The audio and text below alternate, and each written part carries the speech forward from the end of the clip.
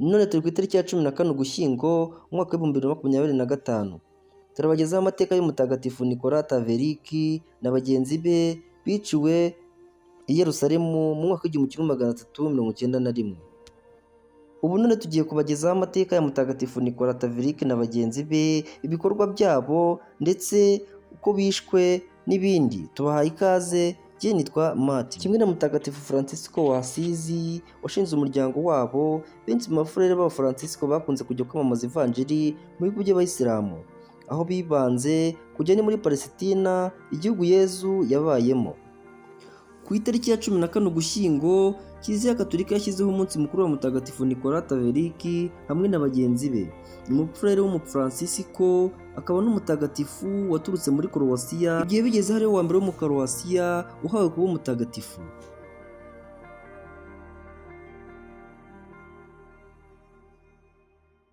Ubutwari n'ubwitange bwa Mutagatifu Nicolas ndetse n'ubugwaneza no gukunda Kristu byamugejeje ku rupfu, ni isomo kuri bo bakristu bose. Mutagatifu Nicolas yavukiye i Sevinike muri Korowasiya ahagana mu mwaka w'igihumbi kimwe magana atatu na mirongo ine. Yari afite impano yo kwamamaza ivanjiri, abikora imyaka myinshi abikorera muri Bosiniya. Nk'uko ari umuco w'Abafaransisko, yajyanaga n'abavandimwe be mu bukristu witwaga Deodatus wa Rodeze. Wowe yakomokaga muri Aquitaine. Mu mwaka w'igihumbi kimwe magana atatu na mirongo inani na kane habaye impinduka ikomeye mu buzima bwabo. Bombi boherejwe muri Palesitina. Nyuma yo gusenga bumvishe barahamagawe n'Imana, nuko bandika inyandiko isobanura ibijyanye no kwemera kwabo aho ngaho muri Palesitina. Iyo nyandiko banditse bagira ngo bashyikirize umucamanza mukuru wa Yerusalemu witwaga Kadi. Bari kumwe n'abandi bavandimwe babiri b'Abafaransisikani kandi nabo barimo Stefano wa Kune uturutse hafi ya Genoa ndetse na Petero wa Daribone. Mutagatifu Nicolas n'abavandimwe be bari baraganira igihe kirekire mu buryo bashoboraga gukiza imitima y'abantu igihe Satani yashakaga kuyirangiza. Bateguye neza inyandiko zishingiye ku byanditswe byera, basaba inama kandi abavandimwe b'abanyabwenge bari muri Yerusalemu, maze bumva bashishikajwe no gukumirira Kristu mu buryo bwuzuye. Nuko nabo baraza baremera, bahugura n'abandi mu nyigisho nyinshi zigiye zitandukanye batangaga.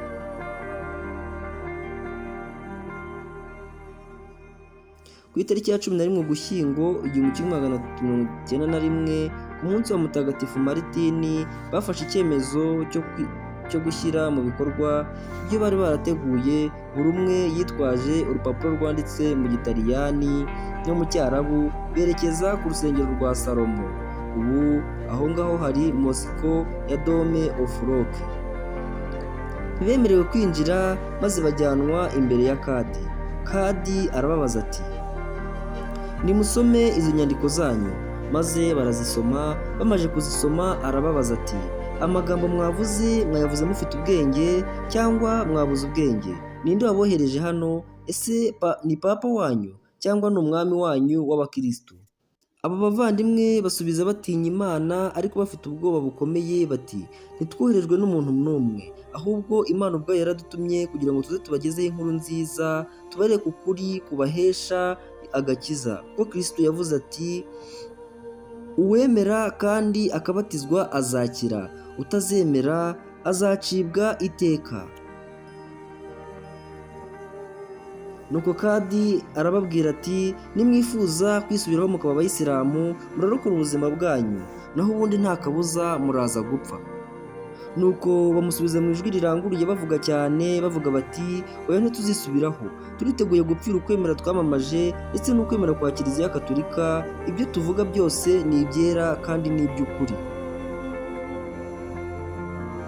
Kadi n'abamwungirije bahita babacira urubanza rwo gupfa. Abari aho b'Abayisilamu barasakuza bati, bapfe bapfe. Nuko ako kanya barafatwa, barakubitwa cyane, baranegekara kugeza aho batashoboraga no guhagarara. Barafungwa, bashyirwa mu nzu y'icuraburindi, babohwa ku mashyiga kugira ngo barusheho kubabara.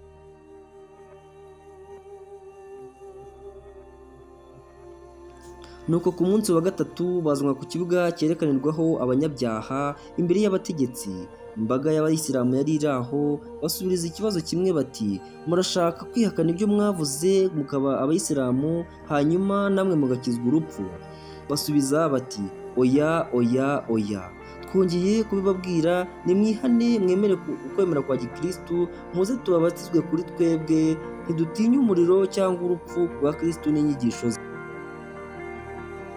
Nuko bamaze kuvuga batyo barasagarirwa, baratemagurwa n'imipanga n'inkota kugeza imibiri yabo itabasha kumenyekana. Hanyuma baratwikwa, ariko imibiri yabo yanga gushya ngo ishanguke byuzuye. Abari aho ngaho bahamaze umunsi bongeramo umuriro kugira ngo hatagira umukristu usigarana n'akantu na kamwe katuma babibuka.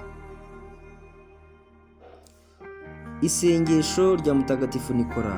Ni ukuvuga ngo, Mana wahaye Mutagatifu Nikora n'abavandimwe be umuriro w'ishyanga ryo kwamamaza ukwemera kw'ikamba ry'ubutagatifu binyuze mu rupfu rwabo, turagusaba kubinyujije mu rugero rwabo n'amasengesho yabo, kugira ngo natwe twihutire kugenderera mu buzima ndetse no mu nzira y'amategeko yawe, maze duhabwe ibihembo by'ubugingo buhoraho. Tubasabye tubinyujije muri Yezu Kristu umwami wacu n'umwana wawe, uhoraho hamwe na Roho na Mutagatifu, Imana imwe iteka ryose. Amena.